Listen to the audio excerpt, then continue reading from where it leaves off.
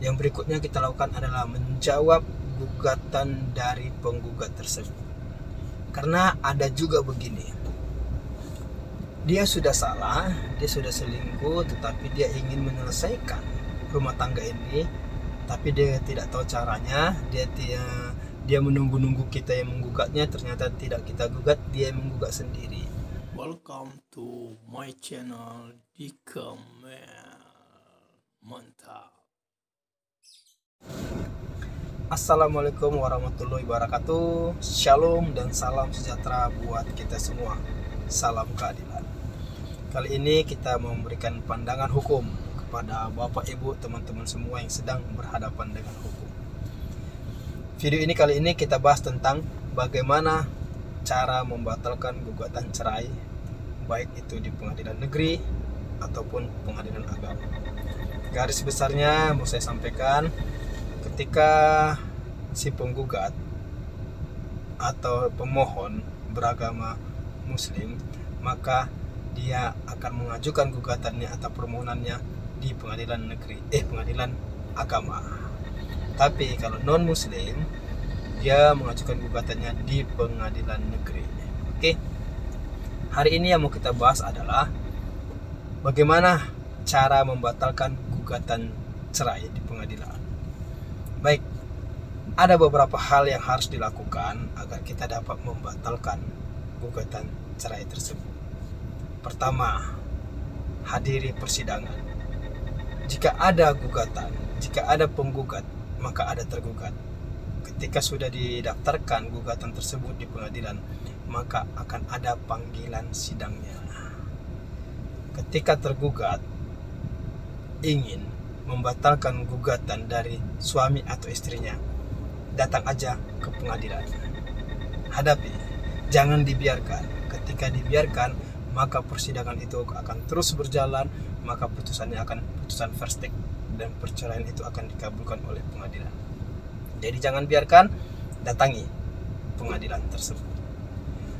Cara kedua, ketika kita sudah mendatangi pengadilannya, sudah hadir di persidangannya, cara untuk membatalkan gugatan tersebut adalah dengan cara mediasi. Sidang pertama, ketika penggugat dan tergugat hadir, maka hakim yang memeriksa perkara tersebut akan menyarankan untuk mediasi. Ada dua mediatornya yang bisa kita pakai dari pengadilan negeri atau pengadilan agama tersebut, atau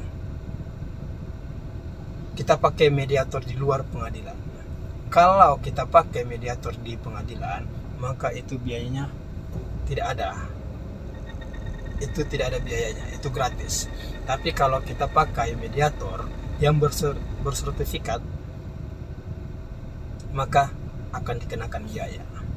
Jadi Bapak Ibu, rekan-rekan semua, di mediasi inilah kita pakai cara untuk membatalkan gugatan. Suka tidak suka Bapak Ibu, di dalam permasalahan rumah tangga kadang ada miskomunikasi yang membuat tidak baiknya komunikasi antara istri dan suami, sehingga salah satu pihak merasa dirugikan atau merasa dilecehkan atau merasa tidak diperhatikan mengajukan gugatan cerai. Disitulah, di mediasi itulah kita mengungkapkan perasaan kita, tetapi jangan mengingat masa lalu. Ketika kita betul-betul telah melakukan kesalahan, disitulah kita minta maaf. Kita minta maaf kepada istri kita, atau kita minta maaf kepada suami kita. Kita berjanji tidak akan mengulanginya. Di mediasi itulah diberikan kesempatan untuk bicara hati ke hati. Karena ada juga seperti saya katakan tadi, permasalahan rumah tangga itu seringkali terjadi karena miskomunikasi. Suami menginginkan ini, istri menginginkan ini. Jadi permasalahan itu yang kecil dibiarkan akan menjadi besar. Di mediasi itulah kesempatan kita minta maaf ketika kita betul-betul melakukan kesalahan dan berjanji tidak akan mengulangi kesalahannya. Maka kalau di tahap itu berhasil, si penggugat ini akan mencabut gugatannya, maka perceraian tidak akan terjadi. Oke. Ketiga yang harus dilakukan adalah kita jumpai penasihat rohani kita, minta pertolongan penasihat rohani kita untuk memediasi kita. Kalau itu di Kristen, panggil pendetanya. Kalau itu di Muslim, panggil Pak Ustadznya. Untuk apa? Untuk menjadi penengah kita, untuk memberikan siraman rohani kita, untuk menjelaskan perceraian itu tidak baik, baik itu untuk suami istri ataupun kepada anak-anak. Oke. Selanjutnya yang kelima, ketika mediasi itu tidak berhasil, ketika kita menjumpai orang tua rohani kita, yang berikutnya kita lakukan adalah menjawab gugatan dari penggugat tersebut. Karena ada juga begini, dia sudah salah, dia sudah selingkuh, tetapi dia ingin menyelesaikan rumah tangga ini, tapi dia tidak tahu caranya.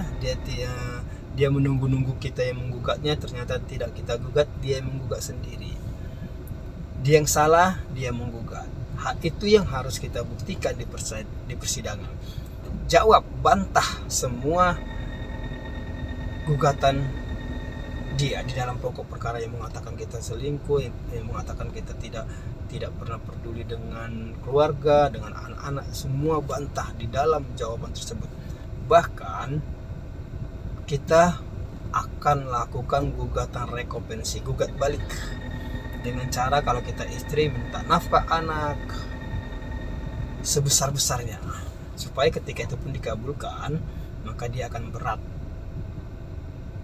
untuk memenuhi keinginan kita tersebut. Jawab. Ataupun caranya, lihat celah dalam gugatannya. Ketika kita dituduh selingkuh, atau dia pernah membuat laporan palsu atau alamat palsu dibuatnya, maka bantah itu di dalam gugatannya.